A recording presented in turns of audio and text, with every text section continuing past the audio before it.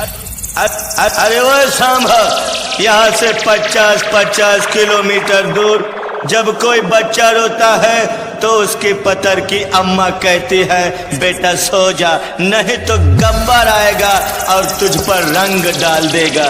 नहीं सरदार, okay my कुछ नहीं कहा, ओके माई कहा तो बेटवा सोई जा, करेजा सोई जा, नहीं तो गब्बरवा का पिचकारी उठा लिया।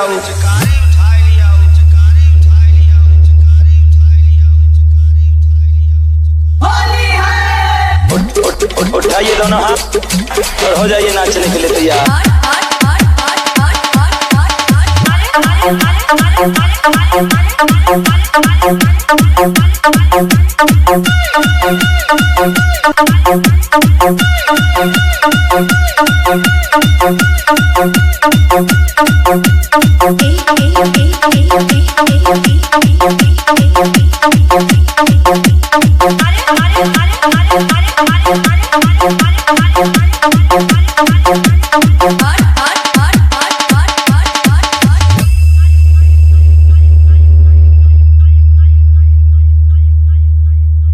अरे वो सांबा, ई बेरुई गांव की होली में तू कितना रंग फेंकेगा रे, कितना रंग फेंकेगा?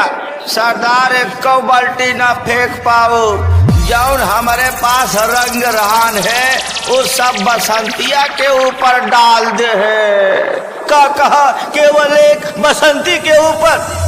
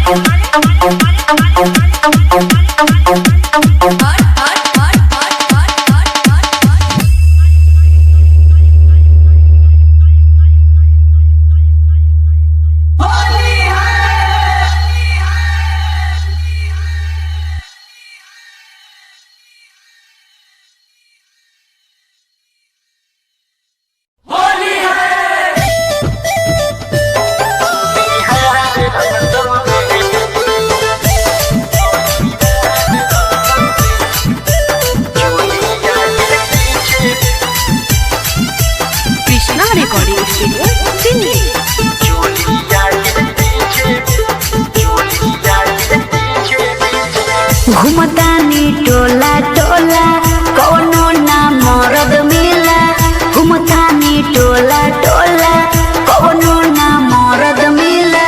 होलिया में चोलिया हमर के रंगी हो, होलिया में चोलिया हमर के रंगी हो। अरे ऊपर के सामान बबुआन रंग तौगे, नीचे के दुकान हीरान रंग तौगे। अरे लहंगा उठा के चमहरान रंग तौगे, चोलिया के पीछे भूमिहार रंग तौगे।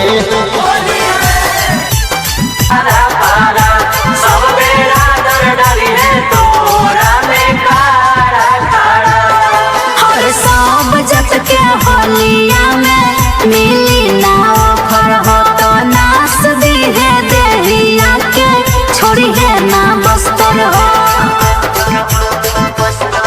गलियारी में डलतौगे, बसवारी में डलतौगे, के छौरी तोरा के कोरा में सूता के डलतौगे। गणेश विद्यार्थी तोहर न दाल गली हो, बीरूलाल अभिषेक तोहर न दाल गली हो। अरे ऊपर के सामान बबुआन रंग तौगे, नीचे के दुकान हीरान रंग तौगे। अरे लहंगा उठा के चमरान रंग तौगे, चोलिया के पीछे चौहान रंग तौगे। Krishna recording studio Delhi.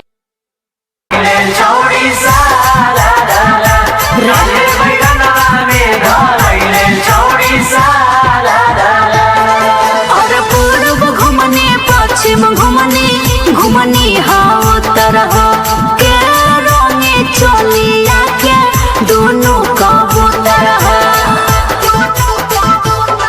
निहुरा के डलतौगे जतो बैठा के डलतौगे पूरा कोरा उठा के पसवान डलतौगे। जवना के डोरिया हमर के खोली हो ए हो जवना के डोरिया हमर के खोली हो। अरे ऊपर के सामान पंडितान रंगतौगे नीचे के दुकान कोलियान रंगतौगे। अरे लहंगा उठा के चमहरान रंगतौगे चोलिया के पीछे पसियान रंगतौगे।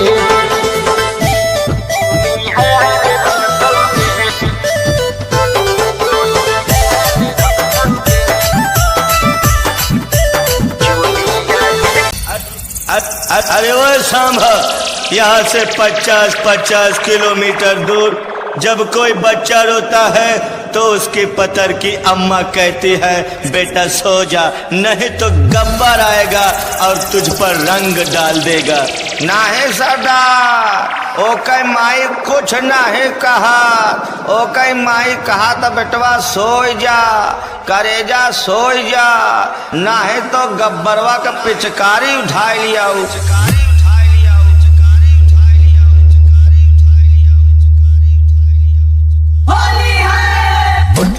उठाइए दोनों हाथ और हो जाइए नाचने के लिए तैयार।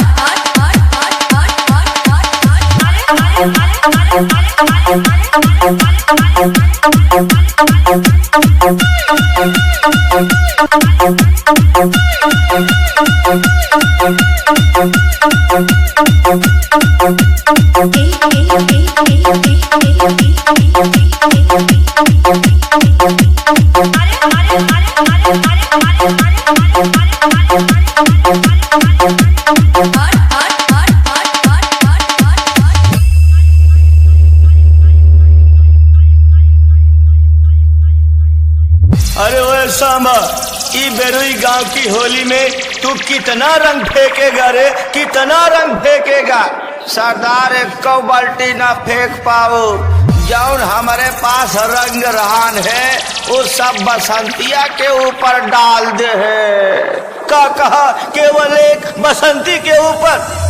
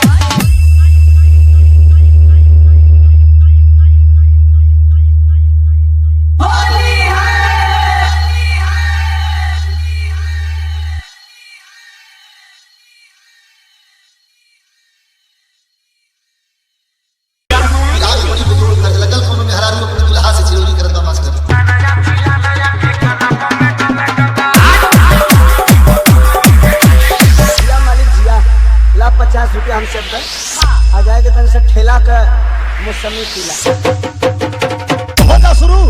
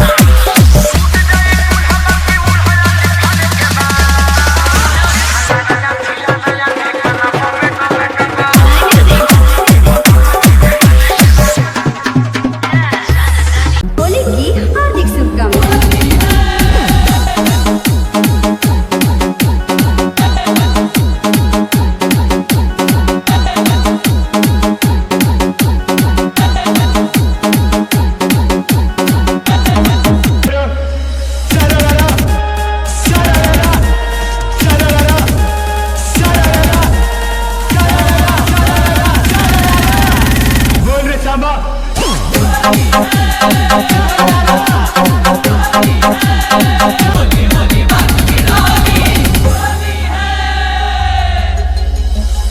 check. Speaker check. Speaker check.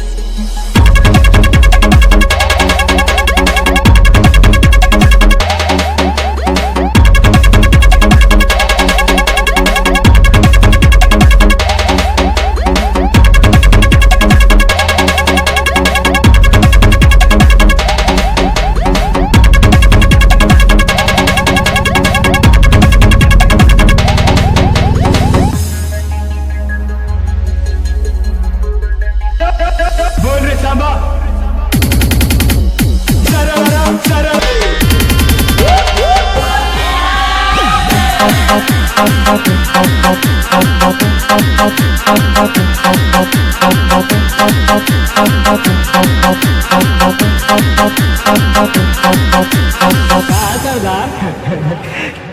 तेनी हमरा बल्टिया देते आज हम बसंती से रंग ना खेलब, आज हम बदर की भौजी से रंग खेलब।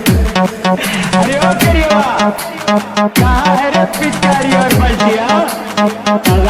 मेरे पास तो दो पिचकारी है, बाकी तो बसंतिया के पास है और उनमें भी छेद हो गया है। क्या कहते हैं पिचकारी दो और बाल्टी एक, वो भी फूटी हुई। यहाँ से 50-50 कोस दूर फागुन महीनवा में जब कौनो भौजाई घर से बाहर वह निकलत है तो भैया लोग कहते हैं कि सुना घर से बाहर मत जा नहीं।